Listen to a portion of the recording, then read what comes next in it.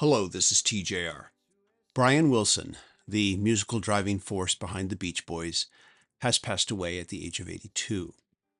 His family shared the news on Wednesday, June 11th, 2025, writing, "We are heartbroken to announce that our beloved father, Brian Wilson, has passed away. We are at a loss for words right now. Please respect our privacy at this time as our family is grieving. We realize that we are sharing our grief with the world. Love and mercy." The cause of death hasn't been disclosed, but Brian's declining health was no secret. In 2024, a conservatorship was put in place following the passing of his wife, Melinda Wilson, who had been a devoted caregiver. In his lifetime, Brian Wilson wrote over 36 top 40 hits. But I don't think you need me to give you a history lesson about Brian Wilson, his work with the Beach Boys, or his solo career. Instead, I just want to share some personal thoughts and experiences with his music.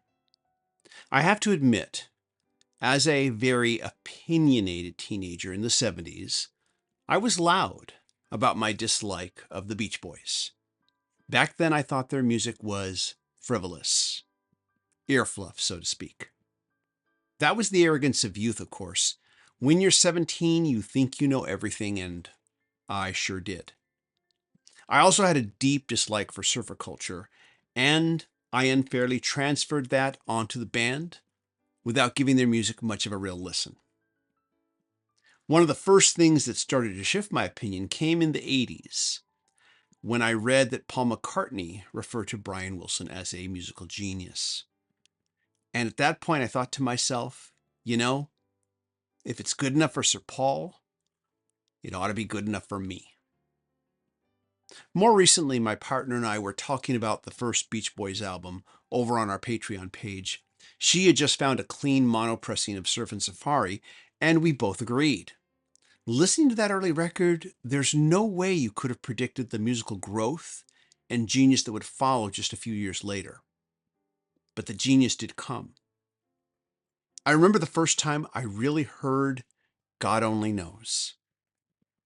It nearly drove me to tears. It still does. Hell, I get choked up just thinking about that song, let alone hearing it. And Good Vibrations? What an unbelievably joyful psychedelic odyssey. So many psychedelic songs from that era are filled with darkness or a sense of danger and foreboding. Nothing wrong with that, of course, but Good Vibrations? It feels like a sunlit journey into another world, maybe even another life, a beautiful life. How could I have ever hated surf culture when it inspired music like this? Of course, Brian Wilson and the Beach Boys were so much more than that. You probably already know about his brilliance as a songwriter, producer, and arranger. You probably also know about his struggles with mental health and how that derailed the original Smile project, an unfinished masterpiece that haunted him for decades. In 2004, Brian Wilson finally did release Smile as a solo album, and it's great. If you've never heard it, you really should. A few years later, the Beach Boys released their own reconstruction of the original Smile sessions. But for me, the Wilson solo version remains the definitive one.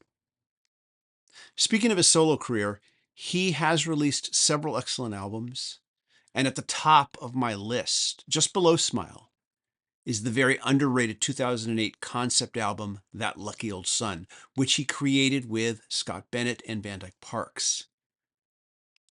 Then in 2012, Brian rejoined the Beach Boys for the album, That's Why God Made the Radio. And that track, that title track, honestly, it can stand toe-to-toe with the best of their classic work. I haven't even mentioned Pet Sounds yet, but do I really need to? It's the album that inspired Sgt. Pepper, which in turn inspired Smile. And so it goes. Leonard Bernstein once called Brian Wilson one of America's most important musicians. And Pet Sounds is now preserved in the National Recording Registry by the Library of Congress. I remember David Crosby, not long before he passed, talking about the Beach Boys in the documentary film Echo in the Canyon. Now, he can be quite divisive, and in the film, he described them as sounding as establishment as hell, meaning they came off as the opposite of the counterculture movement of that time. But then he quickly added that they were also just so damn good at doing that sound and weaving in all these Bach-like and Beethoven-esque vocal harmonies. That stuck with me. These are just some of the things that I think about when I reflect on the music of Brian Wilson. And I want to close with two personal anecdotes, moments where I actually got to be in the same room. The first was during our time as voting members of the Recording Academy, better known as the Grammy Awards. My partner and I were invited to a members-only screening of the film Beautiful Dreamer, Brian Wilson and the Story of Smile. A great film, by the way.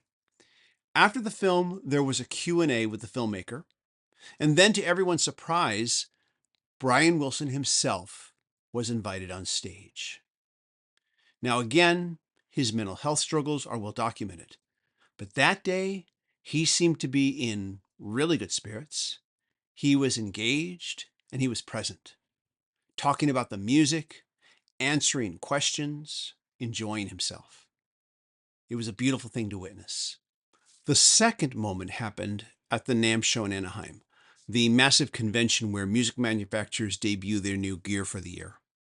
Now, live performances at NAMM are common, but sometimes something unexpected happens. That day, our friend Robert Kinsler came to find us in the lobby.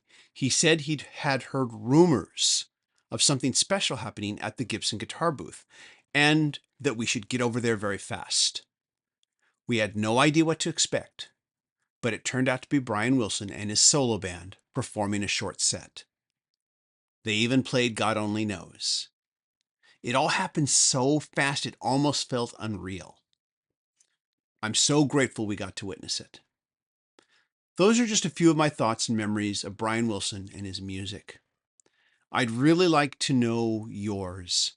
Please feel free to share your thoughts, your experiences, your memories of his music in the comments section. I'd really appreciate being able to hear what you have to say about that. Thank you, everybody, for watching. And I just want to close and just say, rest in peace, Brian. You will be missed.